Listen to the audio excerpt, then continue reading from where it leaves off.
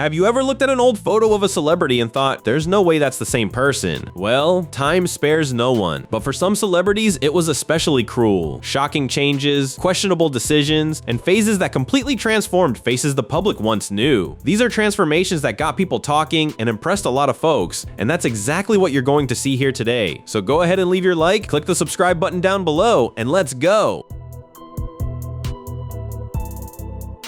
Angus T. Jones became a topic of conversation in 2012 when he decided to publicly criticize the very series that turned him into a star. Known as Jake Harper in 2.5 Men, he had already gone through a turbulent phase on set after Charlie Sheen's departure and Ashton Kutcher's arrival, but nothing drew as much attention as the video he recorded for the religious group Forerunner Chronicles, asking the public to stop watching the show. At the time, at 19 years old, Angus said he felt bad for taking part in something that, in his view, made jokes about serious topics. The next day, he apologized and thanked creator Chuck Lorre for the opportunity. Even so, he left the series at the end of the 10th season. After that, he tried to live a more low-key life. He enrolled at the University of Colorado in Boulder, first in environmental studies and later in Jewish studies. He even interrupted his studies and returned to Los Angeles. He said college was important because there he wasn't the center of attention. He even reappeared in the final episode of the series. Years later, he got involved with religious projects, started an events company with Justin Combs, P. Diddy's son, but the business didn't move forward. He also made a cameo in Louis C.K.'s series Horace and Pete. Today, Angus lives away from the spotlight. He has already earned more than $14 million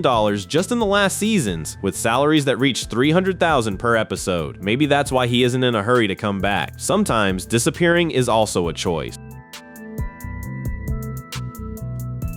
Recognized as the lead singer, guitarist, and main songwriter of The Cure, Robert Smith is one of the most influential names in alternative rock since the late 70s. With his striking look and melancholic lyrics, he helped shape the gothic aesthetic and the sonic identity of a generation. While many people from his generation have already slowed down, Robert Smith keeps adding important chapters to The Cure's history. In February of 2026, the band won its first Grammys with Alone, awarded as Best Alternative Music Performance, and with the album Songs of a Lost World, chosen as Best Alternative Music Album. Curiously, they did not show up at the ceremony in Los Angeles. The reason was far more personal: the funeral of keyboardist Perry Bamonte, who had died days earlier. Smith also took on the curation of the Teenage Cancer Trust benefit shows at the Royal Albert Hall between March 23rd and 29th, 2026. He put together a lineup that includes Garbage, Placebo, and Wolf Alice. Offstage, he made discreet decisions. In January of 2025, he left X, formerly Twitter, saying only that it was time to go, and he has already made it known that he intends to end The Cure's activities in 2029, the year he turns 70 and celebrates 5 decades since the band's debut record. In his personal life, he remains married to Mary Poole, his partner since adolescence. As for his appearance, he never gave up the smeared lipstick and the teased hair. At 66, the contrast stands out, but it is part of the identity he built. For him, it is almost an armor. The voice remains steady, and perhaps that says more than any change of look. Throughout his career, Russell Crowe was never afraid to change his own body to portray a character. This back and forth in weight ended up shaping his appearance over the past decades. In The Insider, he gained more than 20 kilos to look older and more sedentary. In Body of Lies, the number was even higher, about 28 kilos more to play a CIA veteran. They say he even ate a hamburger for breakfast to speed up the process. In The Nice Guys, he hit 121 kilos to create a physical contrast with Ryan Gosling's character. And in The Loudest Voice, in addition to the prosthetics, he kept the weight up to play Roger Ailes. This yo-yo effect, combined with natural aging and more sedentary phases, took its toll. Knee and shoulder injuries made training difficult. Constant pain became an obstacle. But in 2025, at 61 years old, Crowe decided to change. After a health warning, he lost about 26 kilos in a year. He cut alcohol almost entirely, underwent medical treatments with intravenous injections to reduce inflammation, and started exercising again with less pain. Another incentive was personal. He wanted to be in better shape for the wedding with Brittany Theriot. The recent transformation drew attention, but it follows the logic of his career. Crowe has always shaped his body to the moment in his life. The difference now is that the leading role seems to be his own health. Pete Burns' transformation became one of the most talked about cases when it comes to excessive plastic surgery in the music world. Lead singer of the band Dead or Alive, he always had a striking image, but over time, this pursuit of an ever more different look got out of control. It all began in the 80s when he had a rhinoplasty to fix a broken nose after an assault at the time he was involved in the punk scene. The problem is that he wasn't satisfied with the result. Faced with cameras and fame, he began to chase what he called perfection. Then came dozens and later hundreds of procedures. A lip filler went very wrong and caused severe infections. The situation became so serious that there was a real risk of losing part of his face. Burns spent about 18 months in Italy undergoing reconstructive surgeries to repair the damage. He himself admitted to being addicted to plastic surgery and even compared his appearance to that of a Frankenstein. Many associated his behavior with body dysmorphia. The impact on his health was heavy. Amid complications, he faced blood clots, pulmonary embolisms, and skin problems. Pete Burns died on October 23, 2016 at 57 years old after cardiac arrest.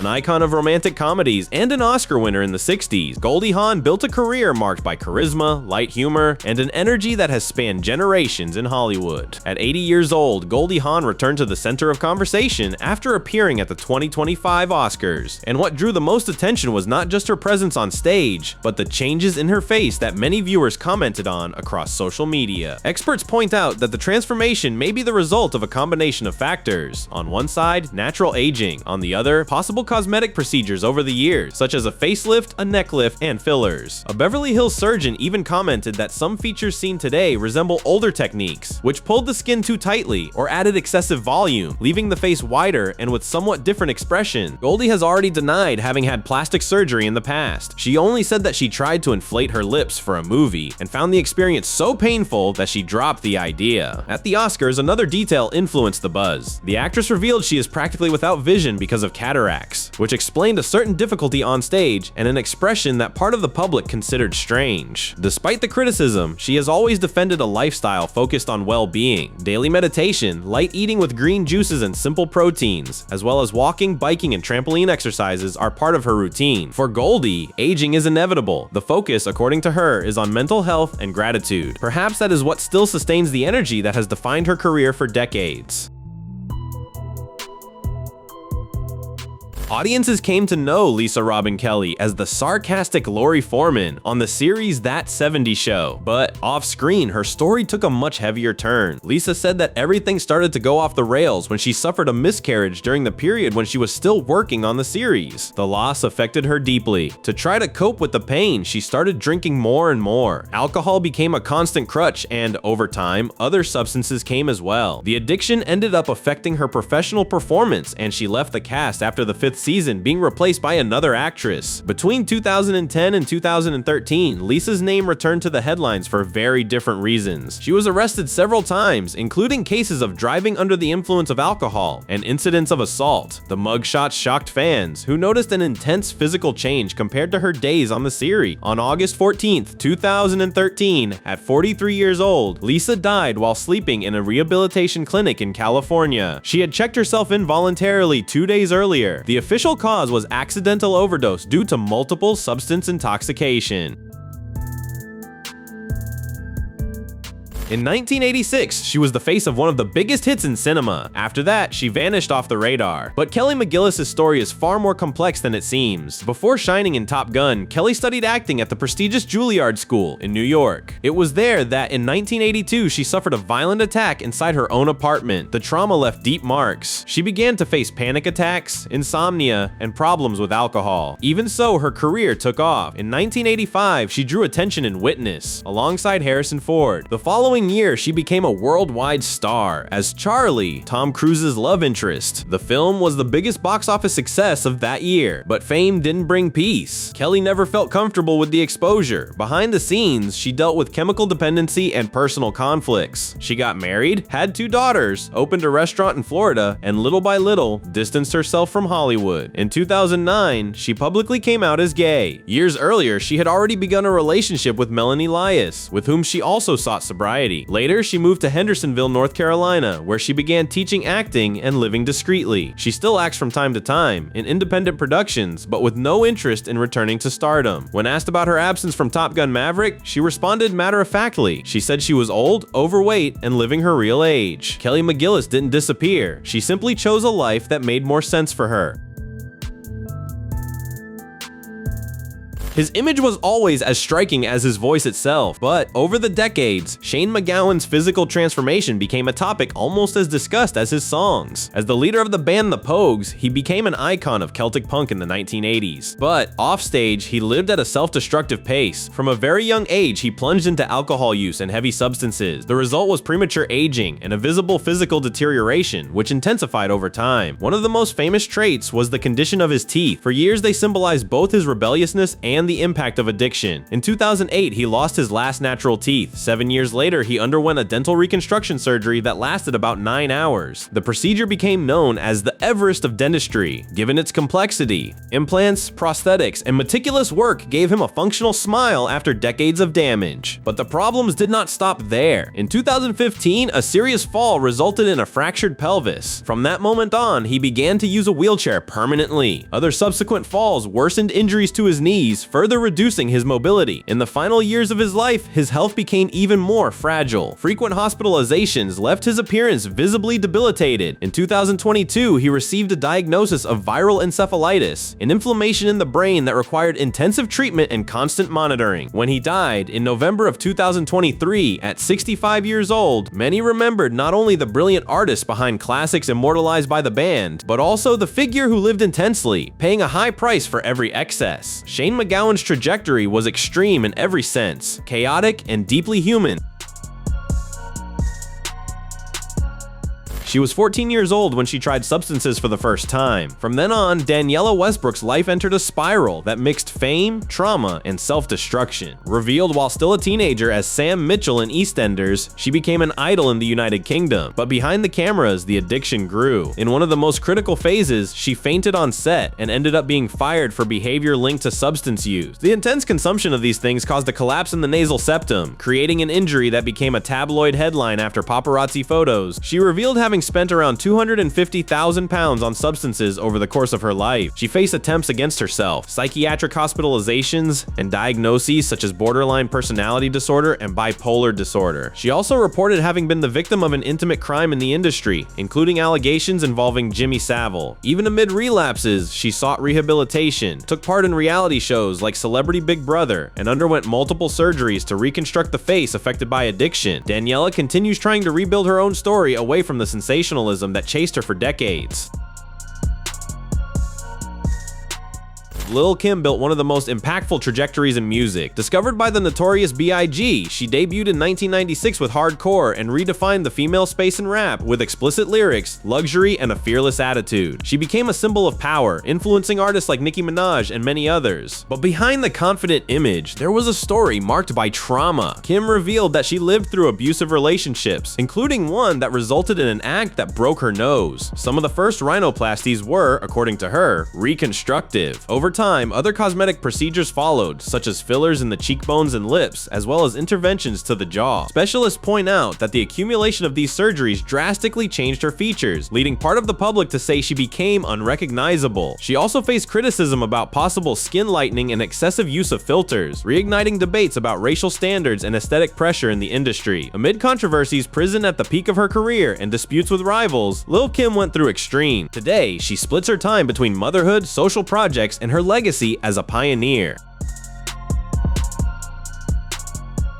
For years, Eddie's face on That's So Raven was synonymous with charisma. Off-screen, however, Orlando Brown's life took a very different turn. After his peak at Disney, there were accusations, arrests, and public episodes of instability. The most serious occurred in December of 2022 in Ohio, involving an allegation of domestic crime. He was released in February of 2023 and, since then, claims to have begun a real change. Throughout the previous years, videos with disconnected speech, controversial statements, and unfounded accusations against celebrities like Will Smith circulated on the internet. In 2018, family members even sought professional help for him on the Dr. Phil program. Now, the narrative is different. Brown stated that he achieved sobriety at the end of 2025 and says he is focused on faith and recovery. In March of that same year, he released the song Love to You, marking his return to the studio after 3 years. And in December of 2025, he opened the restaurant Orlando Brown's $1 Million Fried Chicken in Phoenix, Arizona, where he appears working in the kitchen and promoting his own business as a symbol of a new beginning. Between relapses, controversies, and fresh starts, Orlando's trajectory shows how early fame can exact a high price, but also how rebuilding is still possible.